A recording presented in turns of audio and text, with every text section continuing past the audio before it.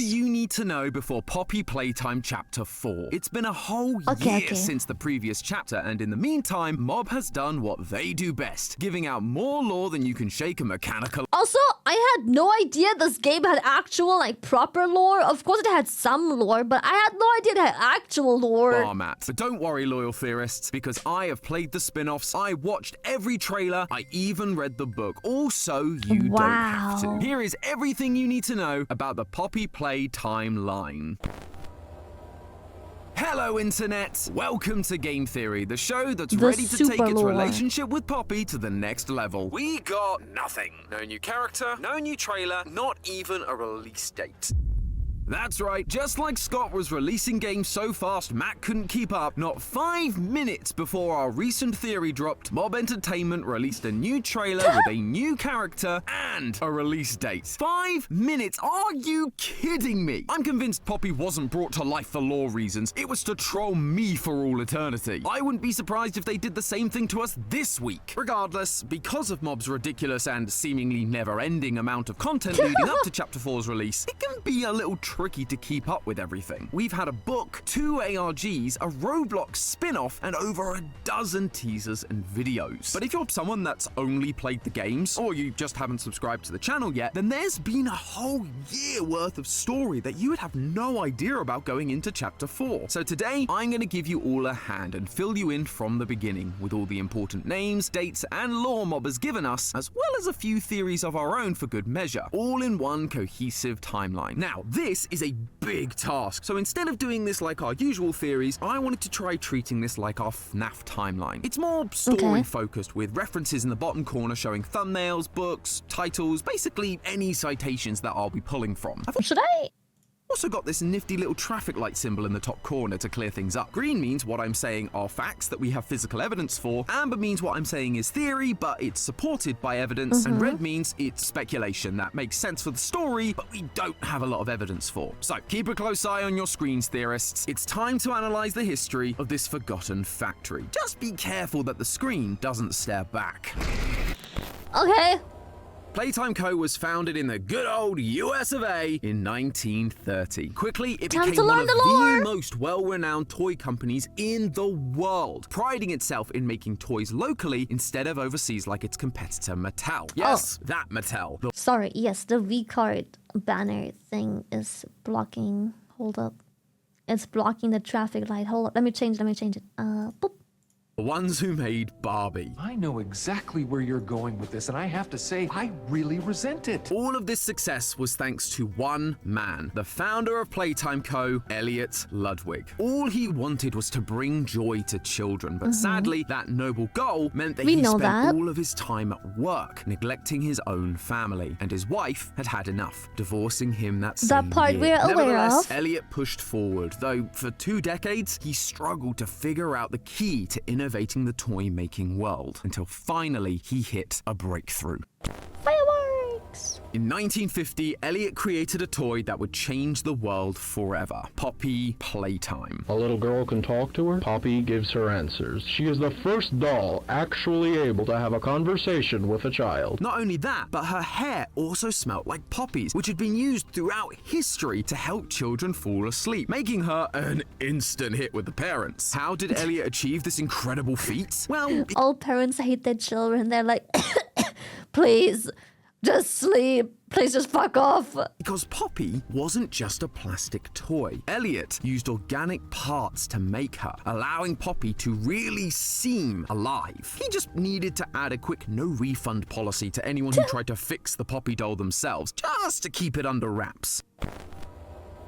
Thankfully, no one ever discovers this little secret of Elliot's. But Poppy sales alone can't keep the toy company afloat. So they release a handful of new toys, like Bron the Dinosaur in 1961 or Boxy Boo in 1966, though none of them really compare to Poppy in terms of popularity. But then, out of nowhere, tragedy struck. Since day one, Elliot had been encouraging his employees to adopt, to bring joy to children who had none of their own. And he lived by example, adopting a daughter of his own. Finally, Shylily, the family that the family man had always wanted, until she passed away before his very eyes. There was nothing he could do to save her. All Elliot could do was take the biological knowledge he had and turn her into another organic Poppy doll, just so he could keep a part of her with him forever, so part of her could live on. Little did he know how successful that experiment would be. Somehow, his daughter's mind managed to survive the process. Naturally, Elliot is shocked by this. His daughter is back, living on inside this doll that he made. He couldn't let her fall out of his grasp again, so he builds a family home. Santo, thank you for the raid.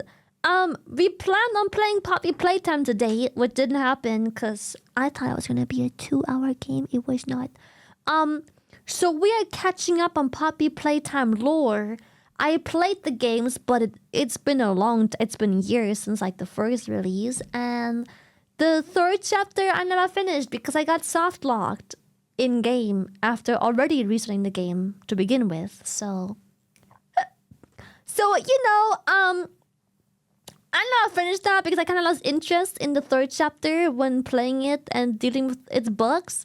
So we're catching up on the lore for tomorrow to have a banger day of playing Poppy Playtime and finishing it. Home inside the factory storage bay and We locks her binge-watch inside a Poppy glass lore. case to keep her safe. He even adds a passage leading directly to his office so he can visit her whenever he or she wants. With his family now returned to him, his passion to strive for innovation was restored. But with so much ambition, he rose back up and continued to fulfill his vision for the Playtime Co. toy factory. The first thing he needed was more people like him. Smart, capable people that could help him continue to innovate and answer the toughest questions the world had to offer. Like, say, how was a child able to live on inside a doll, perhaps? But older minds are harder to shape. He needed people who still had some of that childlike wonder, and thus the Young Geniuses program was born. Elliot sent out flyers and posters similar to that of the time period, trying to gather young minds together to turn them into the scientists of the future, stamped with the logo he'd been using for Playtime since the early days. This attracted many young and bright individuals, including a brilliant, albeit slightly cold young man named Harley Sawyer. Harley was a peculiar character. He didn't care for his comrades, he hardly smiled, but one thing he clearly loved he was was science, German. and Elliot took a liking to this strange boy. He may not have been normal, but neither was Elliot. He saw part of himself in Harley. This was the kind of kid he could take under his wing, mold into someone who could really shape the future, and maybe even catapult Playtime into the stratosphere of success. Unfortunately, that didn't quite work out. Harley never lost his distaste for others, and while he continued to pursue innovation, he was just doing so to push the boundaries of what could be done, not to help humanity like Elliot envisioned. That being said, Elliot didn't give up. He kept trying to change Harley's point of view, but no matter how hard he tried, it was no use. Harley could not change. Not here anyway. And so Elliot makes the hard decision to kick Harley out of the program, sending him home to the outside world to be around more people, hoping it will help him to understand why they do what they do. Harley was destroyed by this news. His hero, Elliot Ludwig, was abandoning him. All he could see Elliot as was soft, pathetic, and short-sighted, backstabbing him because he was too much of a genius for Elliot to understand. Though it didn't matter now. He had to do what he was told, and so Harley left the program, disappearing from the halls of Playtime Co. At least for now. Foreshadowing.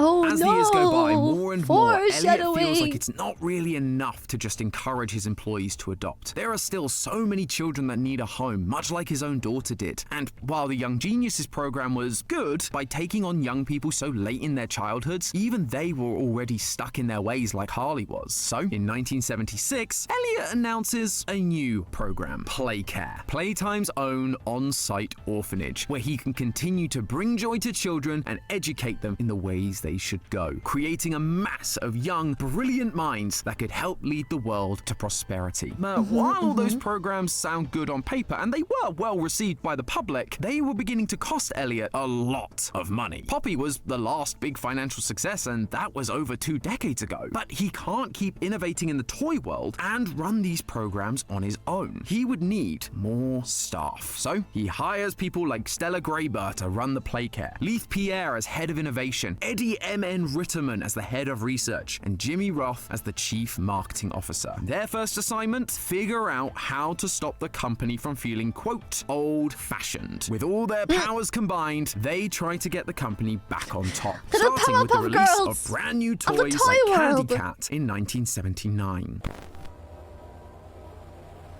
They continue to release toys into the next decade. They try Swap-Em-Alls that you could mix and match like Catbee and PJ Pugapilla. They also try Kick Me Paul for some reason, but nothing could quite match the success of Elliot's original Poppy. That was until 1984, when Elliot had another idea. He went to the team, and shortly after, he releases the Blue Boy himself, Huggy Wuggy. Things were looking up. Huggy is such a big hit with the kids, it basically becomes the face of the brand. In the eyes of the public, Poppy was a long-forgotten memory. Long live Huggy! Of course, he has to capitalize off of this success by releasing Huggy's pink counterpart, Kissy Missy, 1 year later. She too is a huge success, just not as big as Huggy, obviously. Playtime Co is on top of the world at this point. It's almost like they can do no wrong. But sadly, over the next half of the decade, their profits once again decrease. Sure, Huggy was successful, but just like Poppy before, you can't sustain an entire company off of a single toy, even if he has a cute pink girlfriend. They needed something new, and one of them had an idea. What if you create a bunch of toys as part of a set? That way, kids aren't buying just one toy, but several. Enter the Smiling Critters in 1989. God, that's so creepy, dude. Similar to Care Bears or Cabbage Patch Kids, these are small, cuddly toys with big personalities.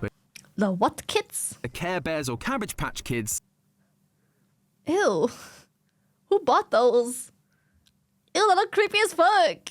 These are small, cuddly toys with big personalities, but each one is unique, and so you would need to collect them all for the full experience. This was the perfect way to increase the dropping sales numbers Playtime was facing. Plus, to really capture the same appeal as Poppy and her poppy-scented hair, these critters would each come with their own unique scents, all with calming effects. Crafty Corn smells like jasmine, Bobby Bear Hug like rose. But would calming be enough? Poppy's hair literally put children to sleep. That's what made her such a hit with the parents in the 50s. They needed these smiling critters to do the same. So they get to work developing one more smiling critter. One with the advertised scent of lavender, a scent associated with sleep, but instead of actually using lavender, they would create a poppy gas that would actively put kids to sleep, just like Poppy did. They put the smoke inside the purple cat and gave him a name that tied into his sleepy powers, Catnap. And just to be on the safe side, Playtime Co also commissions the creation of a Saturday morning cartoon featuring this new cast of characters, all begging Catnap to help them fall to sleep with his red smoke, showing kids and parents alike that this is just what the toy is meant to do. Initially, everything is going according to plan. Sales for this new line of toys are great. They are flying off the shelves. Both parents and kids really seem to love these new adorable critters, except for Catnap. After a few weeks, doctors began reporting a rise in children suffering from intense nightmares that all started after they received their Catnap toys. In Playtime's desperation to mimic the sleep-inducing effects that Poppy had, they'd accidentally concocted something that, yes, put children to sleep, but also gave children horrible nightmares. Thankfully for Leith and the team, no connection was ever proven, but they still needed to save face. They recalled all of the I need Poppy Playtime's legal team, bro. What does the traffic light do? Okay, green means it is 100% lore. Like, it's just part of the lore. It's in a book, in game, whatever the fuck. Yellow means it's more or less part of the lore, but there isn't evidence to support the entire statement. So there is like, green is just facts. Yellow is, it's based on facts.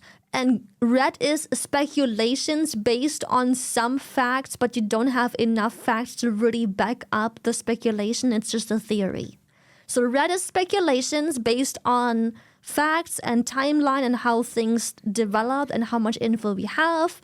Yellow is we have the facts to support something here, but we aren't 100% sure. Green is just pure facts. Green is entirely facts.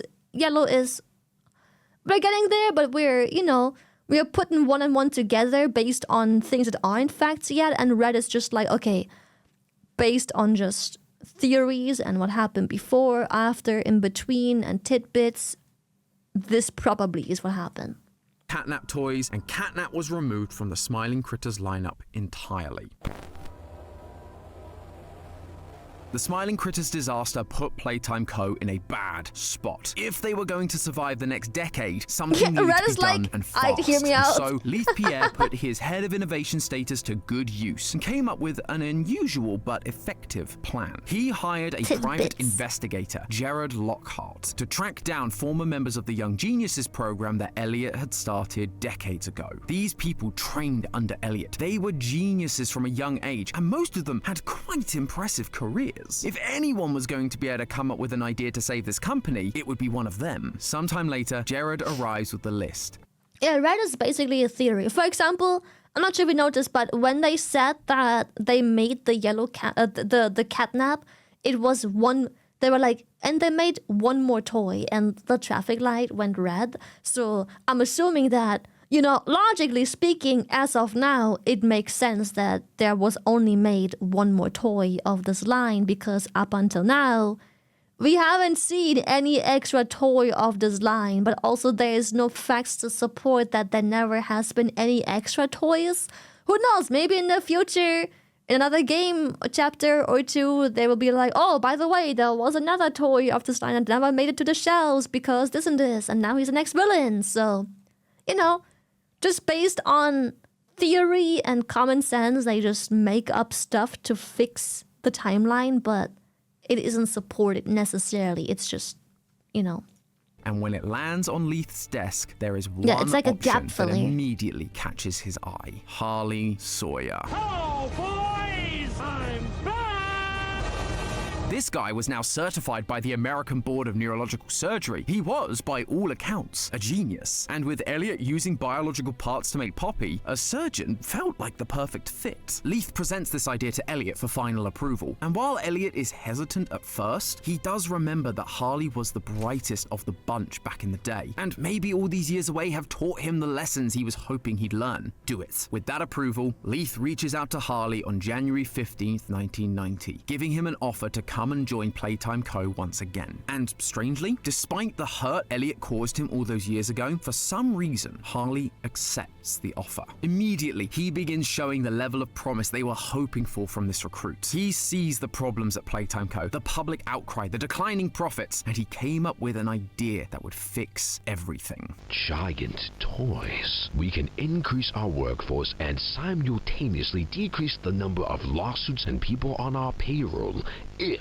the people we have working aren't people. Put me in charge of it, and I will save this company. Leith makes Harley head of special projects, and together they begin hiring other scientists to help with the development of the Bigger Bodies Initiative. Some of them are fellow Young Genius alumni like Dr. Bruno White and Dr. Carmine McKay, but others are just young and eager biologists looking for their first big break, like the owner of the orientation notebook, PW. From here, the company begins their experiments. Harley takes the new scientists to observe and study the Poppy doll that he remembered being in the storage bay from his days in the Young Geniuses program. He told them to use her as the blueprint to bring toys to life. I am the cause. Being able to exist as a doll, it has killed so many people. Everyone works diligently to try and recreate the magic of this one Poppy doll. But after 814 experiments, it's clear that things aren't working with simple rats. They need to try something bigger. They need to repeat what Elliot did. They need to use children. Harley delivers the note to Elliot as one of his many updates on the program, but once again, Elliot is torn. Up until this point, these experiments weren't really all that bad. It was just a few hundred rats that suffered the consequences. But now, he had a choice. Just a few He'd rats. spent his life trying to bring joy to children, to give them a home, grow and overcome the odds. Harley still couldn't believe this soft old man more important to you? These children or the business you got spent both? decades in, which people rely on for their own families? Mortality is just a curse on humanity anyway. If we can figure this out, all these orphans who had suffered would never grow old or sick. They could live forever and keep bringing joy to other children for centuries to come. It was not an easy decision, but this argument from Harley does sway Elliot. With that permission in hand, the senior staff of Playtime Co. set about building the Game Station, a facility designed to test the orphans' physical and mental abilities, pairing them with a specific toy, and if they were deemed ready, taken away for conversion. They'd come for games and never come back. As part of this process, they utilized the red smoke that they made for the catnap toy. Where previously let me know, Poppy Jake, let me gels had know. failed, gas is a much more effective way of getting the mystical powers of the poppy flower that helped bring Poppy to life into the bodies of these orphans. They installed shower heads throughout the playcare to distribute the gas, but it wasn't the most effective solution. Kids could see them and what they were doing. They became wary of going to bed. An alternate solution would need to be found. However, they had other problems to deal with. Over the last few years, there had been one employee that had been causing Playtime Co. a lot of trouble. They weren't ruining their plans as such, they were just a bit of an administrative headache. That man was Rich Lovitz. Initially, he was working in the storage room and he seemed to be on board with the general Playtime mission, appreciating the good this company did for the orphans. Sadly though, Rich had a habit of losing his temper with management, and so he was demoted to the Rich rejected toy room, which, as you might imagine, he took really well. After years of being ignored, the company actually heard all my complaints. I guess my words must have really inspired them to take action, because the next day I got demoted down here to the freaking island of misfit toys!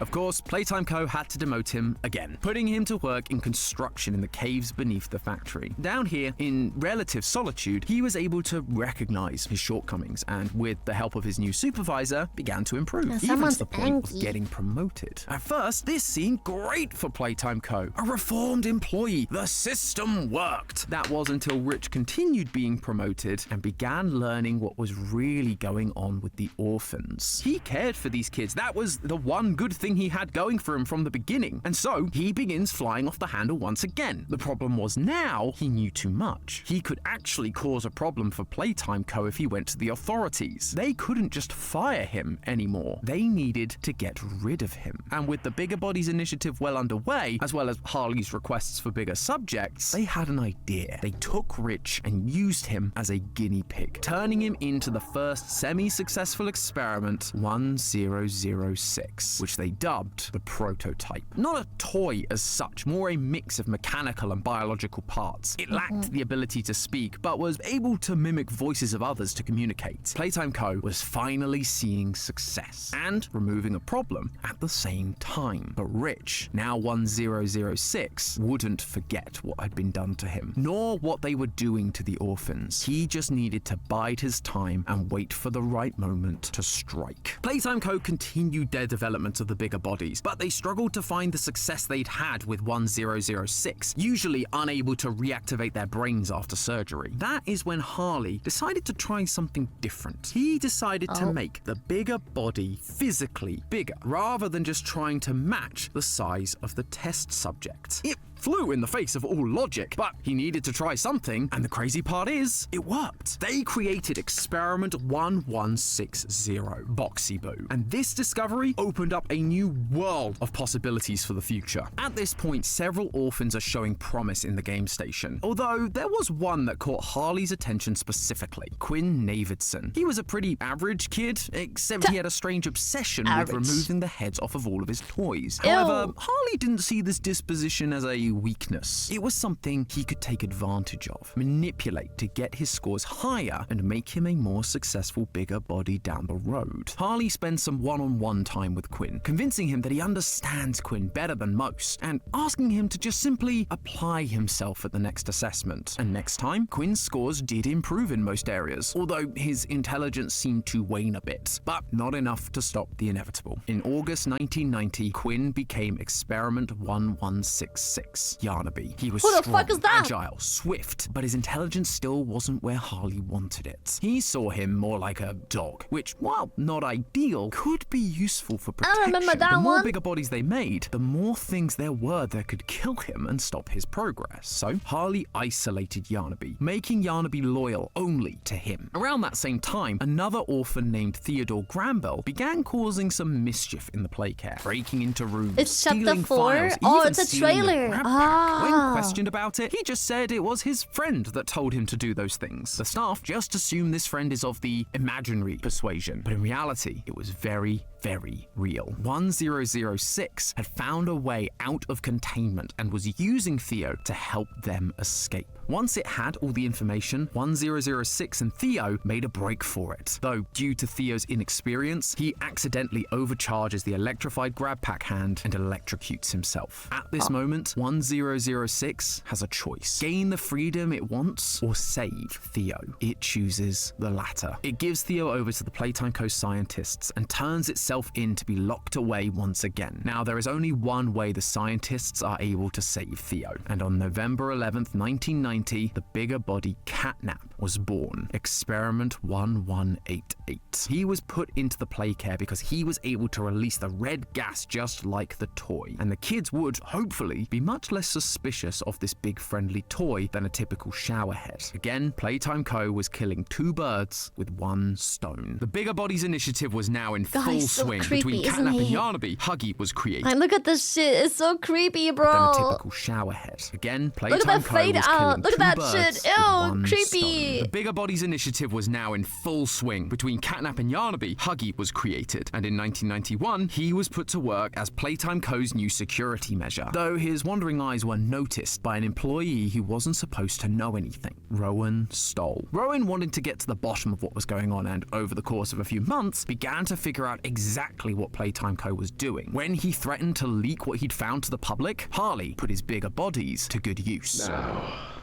we need to start tailoring that appetite of yours to the flesh. Get me an update on the situation with Rowan Stoll. That same year, another orphan, Marie Payne, began suffering from unwakeable nightmares thanks to Catnap's gas, leading to the latest experiment we know of to date. Experiment 1222, Mummy Longlegs. She was violent towards the staff, but kind towards the kids, making her the perfect guardian for the game station. And by May of 1992, the game station is in its heyday. Everything is working as planned. But one person is still causing problems. Elliot Ludwig had put a picture up in his office that one of the kids had given him of the game station and Mummy Longlegs. But when he sat there and looked at it, those decisions that had led to this point, they began to weigh heavy on his shoulders. He still felt that Harley's pursuit of innovation for the sake of it wasn't right, but the rest of the senior team seemed to be all for him, and it was hard to deny that the company was seeing success. Regardless, he knew he needed to put some kind of safety measure in place, something to keep Harley in check, just in case his worst fears came true. So he promoted one of the fellow scientists and Young Geniuses graduate, Dr. Bruno White, to become Harley's superior. Once Harley found out, he could think of this as nothing more than another betrayal from Elliot. And this time, he'd had enough. Elliot was too soft to keep things moving forward. He needed to be got rid of, just like every other problem employee they'd faced. One day, both the staff and the public were informed that Elliot Ludwig had passed away, but Harley Sawyer was the only one who knew the truth about what Unfortunately, happened. Thanks to Dr. White's passed away. promotion, Harley's involvement in things slowly became less Coincidentally. and less, leading Harley to become more and more frustrated and driving him more and more insane, until Not one day stage at he all. decided Nope. to take matters into his own hands. During a guided tour of the factory in 1993, fires break out in the theater, causing casualties all across the facility. Obviously, Leif Pierre is furious. Now he has to clean up the mess, taking care of any potential witnesses. Oh, this no. is not the kind of publicity Playtime needed. He brings back their private investigator Jared to figure out who is to blame, and true to his word, he gets them an answer. Dr. Harley Sawyer. After spouting rhetoric about one bad day and being betrayed by Elliot all all of those years ago, Harley had finally gone full Joker and set the theater ablaze, baptizing everyone in the flames that he was working so hard to save them all from with his Bigger Bodies initiative. As Leith had suggested, Harley needed to be punished, but he can't justify the usual methods. Harley is an undeniable genius, and it would be a shame to lose such a brilliant mind when they definitely still needed him. The Bigger Bodies, while alive, were temperamental and hard to control. They needed to keep perfecting the process. This also meant turning Harley into a bigger body wasn't an option either, as he too would likely lose his mind. And that was when it hit them. Instead of turning Harley into a bigger body, why not turn Harley into a digital consciousness? They could focus all their attention on keeping his mind alive without the need for a working body. That way, Harley could still help them and guide the scientific process, but he couldn't physically cause any problems. That's so fucked up. It was perfect. By They made 1994, this Harley plan is AI. underway. The party line is that Harley is just out, maybe on a sabbatical or something. And in 1995, the new Playtime automated companion is up and running, ready to meet with scientists like PW. The system would end up being shut down after May of that year, but regardless, it was another success for Playtime Co. However, as we've seen time and time again, pride cometh before the fall, and this next fall would be the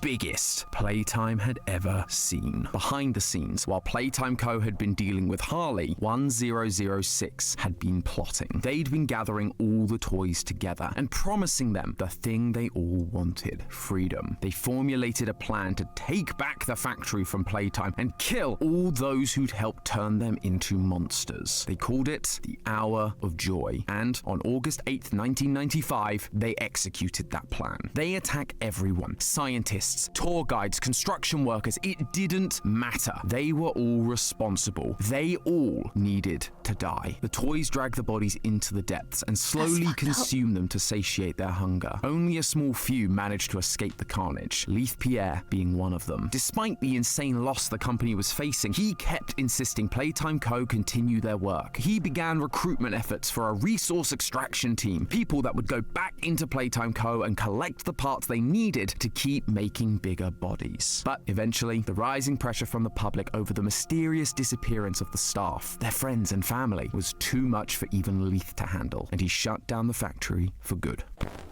Nearly a decade passed, and the Playtime Co. factory, as well as all that happened there, had largely been forgotten. The world had simply moved on. But in 2002, deep in the bowels of the factory, something or someone was coming back online. Harley had awoken from his mysterious slumber. Ironically, just as he'd always stated, his conversion had actually saved him from death. Unlike his former colleagues, he realized the opportunity he had. There was no one left to stop him. His plans could continue. He could save the rest of humanity from their mortal coil and convert them all into living, eternal toys. So he began hacking into the rest of Playtime Co.'s systems, taking control of all communications that were coming in and out of the factory. His plan would come to fruition. At the same time, the bigger bodies also remained in the factory, waiting for the prototype to save them as promised. But food supplies were running short. Some of them began to lose their faith that salvation would ever come. Dog Day was one such toy, and 1006 quickly made an example of him. This type of threat, however, wouldn't work forever, and 1006 knew that. It needed to make progress. It was still trying to create its perfect body, but it just didn't have the know-how. Rich was just a simple construction worker. Sure, he could do some cool things with tech, but biology was a whole other ballgame. It needed help. So in 2005, it writes a note saying that the employees that went missing were actually still in the factory, waiting to be rescued. And it sends it to the only person that's not only around to hear it, but would actually care enough to make the trip: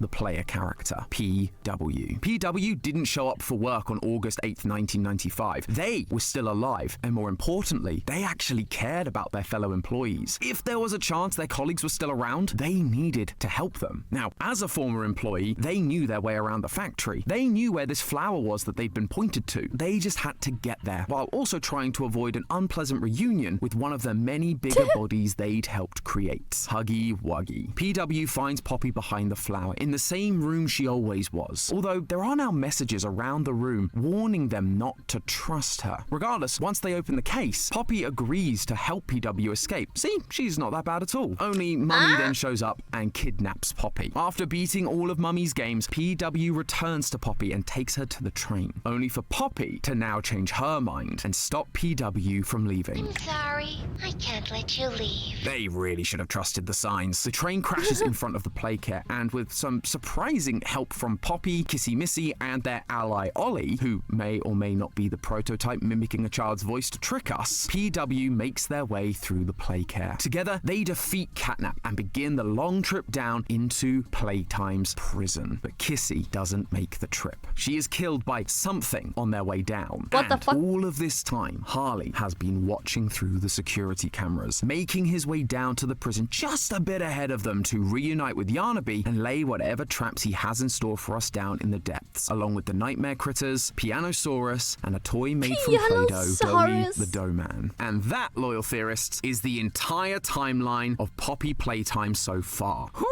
Boy, this franchise is getting big. This is probably the last time I'll be able to do an entire timeline in one video. I mean, look at that runtime. Though, I have to say, it is refreshing that outside of a few bits of connective tissue, most of what we've talked about today are either things Mob has told us directly, or we have a lot of evidence to support. The only real details that are super speculative are things like when the Young Geniuses program started, or why Elliot agreed to start using children in the experiments. We said that the Young Geniuses program started in the 60s, but it could very well be the 50s based on the logo. Maybe they were even the ones that helped make the first Poppy dolls. But so long as Harley joins the company early, leaves, and then comes back to cause a bunch of problems, it doesn't really matter which decade it takes place. The same thing goes for Elliot's change of heart towards the orphans. We've got no evidence saying why he made the decisions he did. We may discover his reasoning in the future. It's just not going to change the order of events because we have set dates of when things have to happen. But there you have it, friends. Everything you could possibly need to know going into chapter 4. And I don't know about you, but now I'm even more excited to see where all this goes.